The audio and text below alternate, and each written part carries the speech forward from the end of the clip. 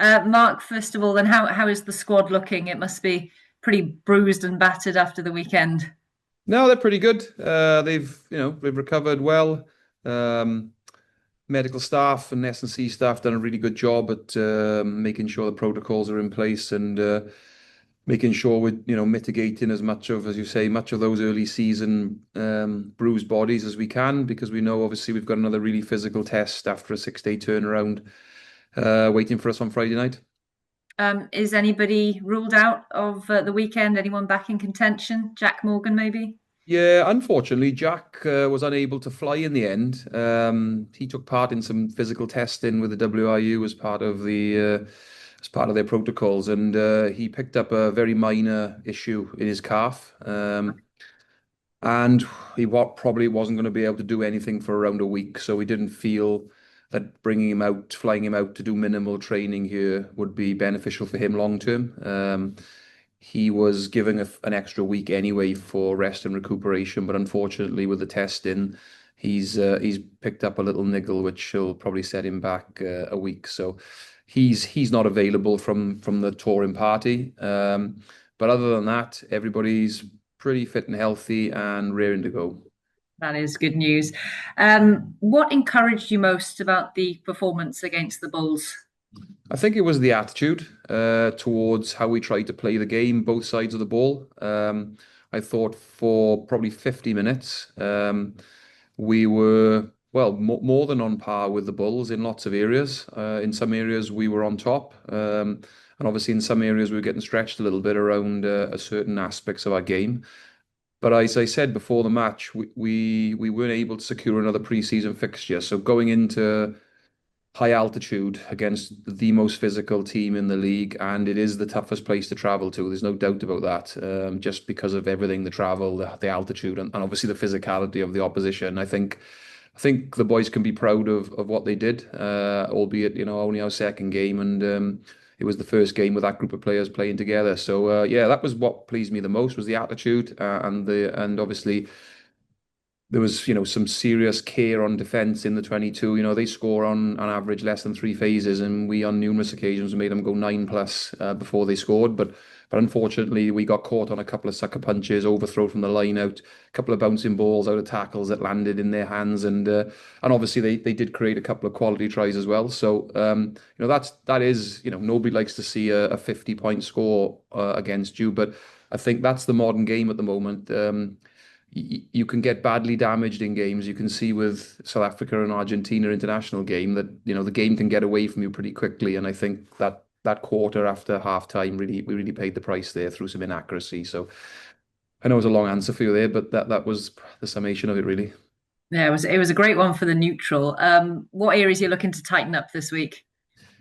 Oh, look, we definitely looking to tidy up some of those defensive issues around our maul. We're very unlike us to be as exposed as we were around our maul.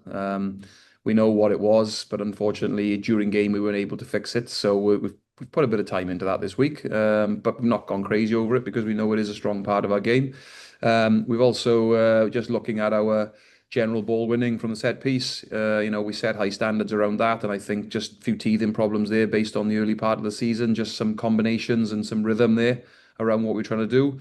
And I think the opposition got lucky a couple of times, tipping up our jumpers and jumping across, etc. And we had a couple of harsh not straights as well, which I think, to be fair to the officials, they've come back and said, look, we probably on another opportunity we might not have made the call, which they're human beings, so we get it, we understand it. It's just what happens in the game. So, but I thought we stayed composed. With all that being said, I thought we stuck to task, and like I said, the game got away for us really in about 15 minutes, 12, 15 minutes. We were very, very competitive for the rest of the game, and proud of the boys' attitude. I thought with the ball in particular, we were very dangerous, and to score 6 tries at altitude against one of the best Ds in the comp, and we're pretty proud of that.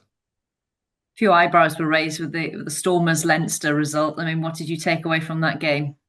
Yeah, well, look, as I've said, all the South African teams are just so high quality, and obviously with them coming through the Curry Cup, they're a lot more battle hardened. They've got a lot more cohesion in their teams because they've had good level of opposition to play against over the last couple of weeks, whereas probably the Northern Hemisphere teams are coming down off the back of pre-season games where maybe you're trying different players, combinations, etc. And perhaps the intensity of those pre-season games is obviously not what it would be with derbies in a Currie Cup. So I think it didn't surprise me because I know where they are in their season and I know what the Stormers can do when they have time and space. But obviously, Leinster, a high quality team, highest try scoring team in the league last year, if I'm not mistaken, and to zero them, that's a pretty impressive feat and one that they'll remember, I'm sure, for a long time.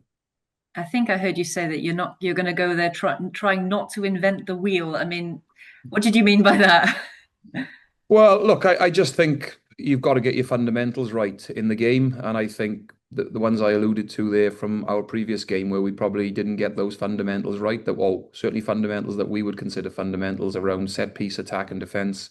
Our aggression around our defense, our attitude towards it was great. I think it's just a case of trying to just get up to speed with what the new season looks like and playing at that speed and at that altitude. I think, it caused us a few issues, particularly in the second half.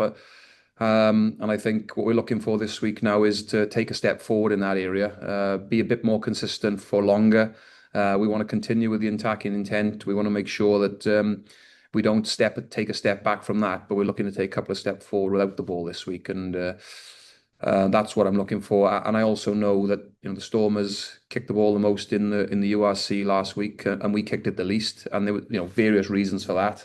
We didn't have a lot of possession, and when we did have it, we were obviously trying to. We were either attacking in good position or we were under the cosh defending. So we didn't have the game wasn't played in the middle of the pitch for very much. So, but I know the Stormers feed off kicking the ball a lot. They're very good at it. They're a very contestable team.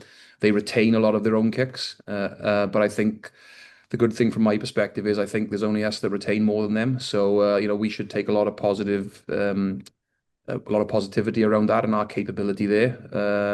But it's going to be an interesting one on Friday for sure. I mean, you couldn't have had too tough of fixtures to open the season, but how beneficial has that 2 weeks in South Africa been to gel off the pitch, to get the unit together? Oh, massive! Staff, players alike, opportunity to bond, and they've certainly taken the opportunity to do that.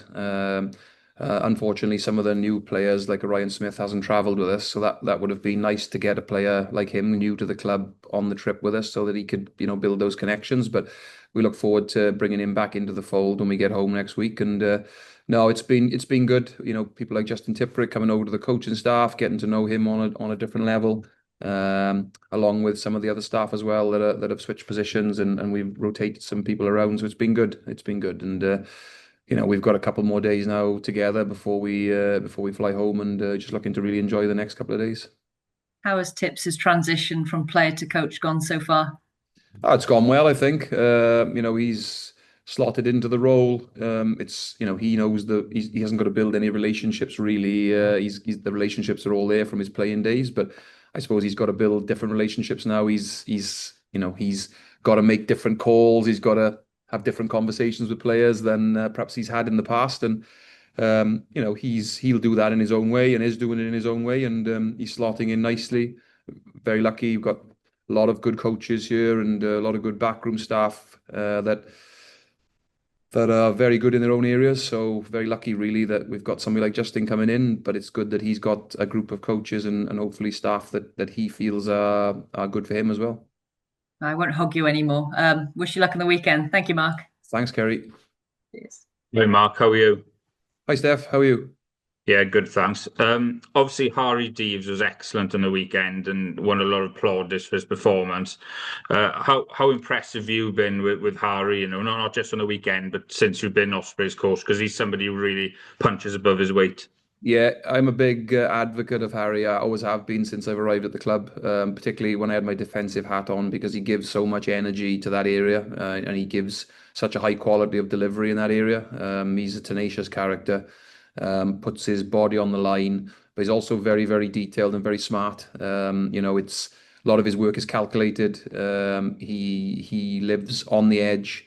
But he's always on the safe side of the edge. He's very disciplined within what he does.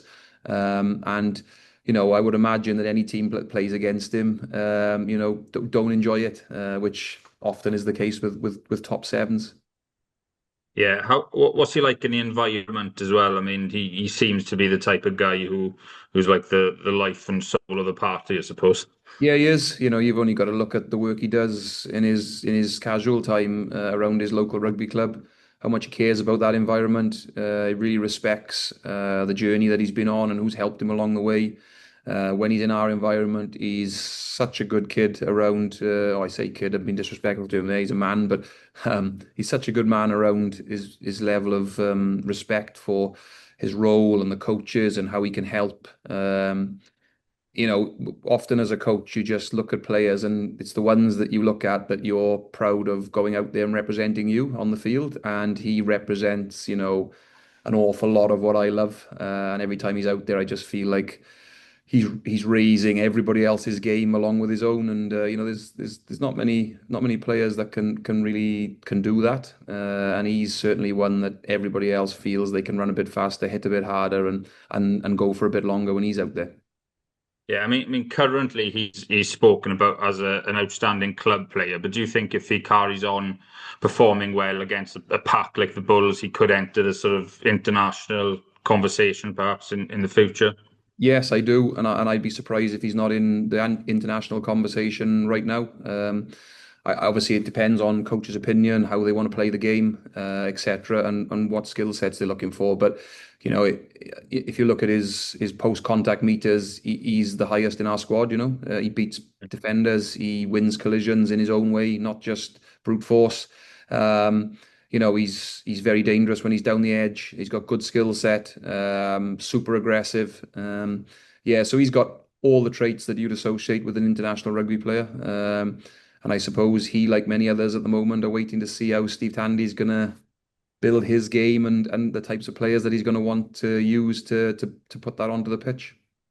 Yeah, I was going to say, obviously, you've got quite a lot of players, to name a few, like Kieran Williams, Morgan Morris, Reese Davis. I know he's had injuries which have held him back, but players who have been outstanding at regional level for a while, but perhaps didn't quite fit what the previous coaches wanted. You hopeful that some of those guys might get a reward for their regional performances with Steve as coach because it's a clean slate, isn't it? Oh, absolutely. One of the things probably as a coach you want is, and one of the major things you obviously want to win games. Clearly, that's obvious. Keeps the wolf from the door. But player development's massive. I spent a lot of my coaching career in player development, and you get a lot of reward out of helping people achieve their goals. And probably one of the most satisfying things you get as a coach is watching players go ahead and achieve massive milestones. And obviously, international rugby is right up there as one of the best you can do, particularly playing for your country. Certainly, the proudest thing I was fortunate enough to be able to do. And I look back with every coach that ever worked with me with huge gratitude. So I know he, as myself and the other coaches with Harry and the coaches that he worked with before coming through the pathway, they'll take huge pride in Harry's performances that he's putting out in the field right now. And, never know, fingers crossed, he might take the next step. And just finally for me, how impressive you've been with Ross Moriarty as well, because obviously you've got a lot of young players in the back row as well. Obviously, Tips has retired and gone into coaching, so I suppose it's important to have experienced campaigners like Ross, British Lion, who can obviously help some of the younger guys as well. Yeah, absolutely. I think, I mentioned it actually before the game last week, how fortunate we are to be able to attract a player like Ross to replace a player like Justin, British Lion for British Lion, obviously very different players. But, to lose somebody of Tips's quality and experience of playing international rugby, and Ross then got experience of playing international rugby, playing in different leagues, different competitions, to bring that experience into a young back row with how you say, a Harry Deaves and a Morgan Morse, to name a couple, but also to complement the Morgan Morrises, the Jack Morgans, and these types of individuals. Then I think he's made a great start. And you saw on the weekend his ball carrying, his ability to beat a few defenders here and there, and his line out work. Just basic effort stuff was really good, considering he's only just 2 games into his Ospreys career, and I know he was a bit frustrated with some of the things that's gone on in the game, but that's because he's super critical of himself and he wants the best. So no, he's had a really good impact around the group, and Ross is going to go from strength to strength, I'm sure. Thanks, Mark, and good luck for the weekend. Thanks, Steph. Good to see you, mate.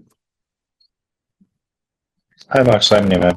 Hey, Si, you okay? Um, yeah, good. Just very quick one for me. I wanted to ask you about Reese Davis because you don't get many men of his size with his work rate. He's obviously been unlucky with injury, so you must be delighted, especially with Adam Beale having gone and the injury to Ryan Smith.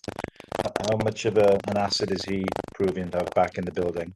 Oh, Reese is another one really that's he's got that ability, hasn't he, to win the gain line, which, from certainly from a Welsh perspective, we don't have a lot of those types of players, particularly in the second row that are, aggressive and dynamic when it comes to carrying. And when he carries the ball and he moves onto the ball well, he attracts defenders and creates space for others. And his work and his effort around the collision defensively is also equally as good. And I think his set piece stuff around the maul and around the scrum are also huge assets for us, in terms of our set piece DNA. So I think Reese has been very unlucky with injury, but I think he's really maturing now in understanding his body. I think the work the physios are doing with him, in particular, the time they're spending with him, educating him around is the level of work he's got to do really outside of the club, not just in the club, is has been big. And we're hoping now we've got him back. One of the reasons why I took him off probably in the game was didn't want to break him too soon, having been out for so long, and obviously knowing this test coming this week, wanted to make sure we could turn him around for this game, and because he's so important to us. And Reese has really improved around delivering what he needs to do to make sure his body's right, because we know when he's on the field, he's a hell of an asset for us. That's great. Good luck this weekend again. Thanks, Si. Good to see you. Hi, Mark. Hi, Rich. How are you? Yeah, not too bad. Just wanted to ask you about Phil Canasa. He played last week. He must feel like a bit of a new signing if you're not featuring that much last season. Yeah, Phil struggled last season with injury, as you will have known. Had some calf issues, and a couple of them kept him out for quite a while. And then obviously other players, got into the box seat and played well. And people like Owen Watkin before he got injured, Vardy Boshoff, etc. And Kieran Williams has been mentioned already. So those three really were all in good form last year when they were fit. And it was very tough for Phil to get into the team, but Phil had a few things as well that he needed to get stuck into a little bit as well around his own game. And we were pretty clear as coaches that he needed to get stuck into that stuff if he was going to get himself into contention for selection. And I have to say, in fairness to him, he's really got his head down, really knuckled into that stuff, really earned the respect of his teammates in terms of that effort. And now we've got players talking around how they like to play with him, his communication, they like his skill set, they like the way he attacks. So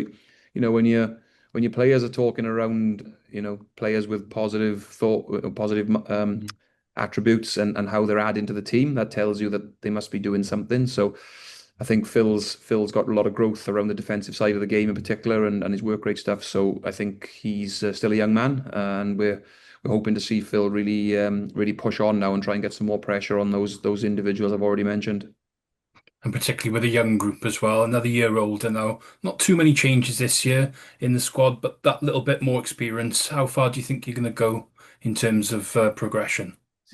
It's difficult to say, isn't it? How you measure progression is so difficult. The league is so heavily contested. One or two wins can throw you up 4 or 5 places or drop you 4 or 5 places.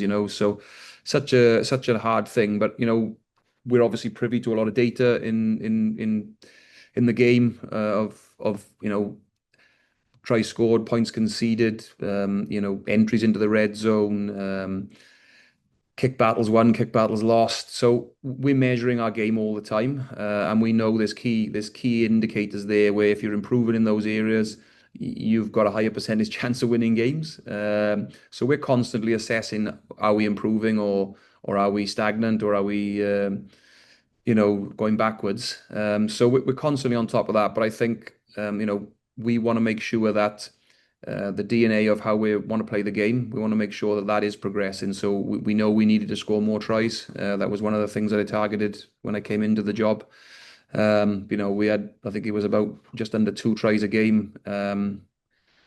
at that point of the season, and we ended up with with over four. There was only Leinster scoring more tries than us in the second half of the season, so the players have got to take a lot of credit. But unfortunately, the ones conceded went up as well. So as a result, we know what that was. We've identified what it needs to look like to improve it, and those are the things that we're measuring this year. So I think we're after probably some performance indicators rather than the league table to begin with, and then we're hoping that the league table will take care of itself if those indicators are in the right place. So yeah, that's where we're starting, and we'll assess after the first 5 games of where we are, and we'll know if we're getting better or not. You come into this one really, you must be quite confident after winning the last two against your opposition. Those kind of things must breed confidence with the players that they know that they can go out to South Africa and get a win. Yeah, I think, well, everybody's different, but I certainly think my own experience is you get confidence from what you do, and obviously having done it before, it definitely gives those who have been involved the confidence that it can be done.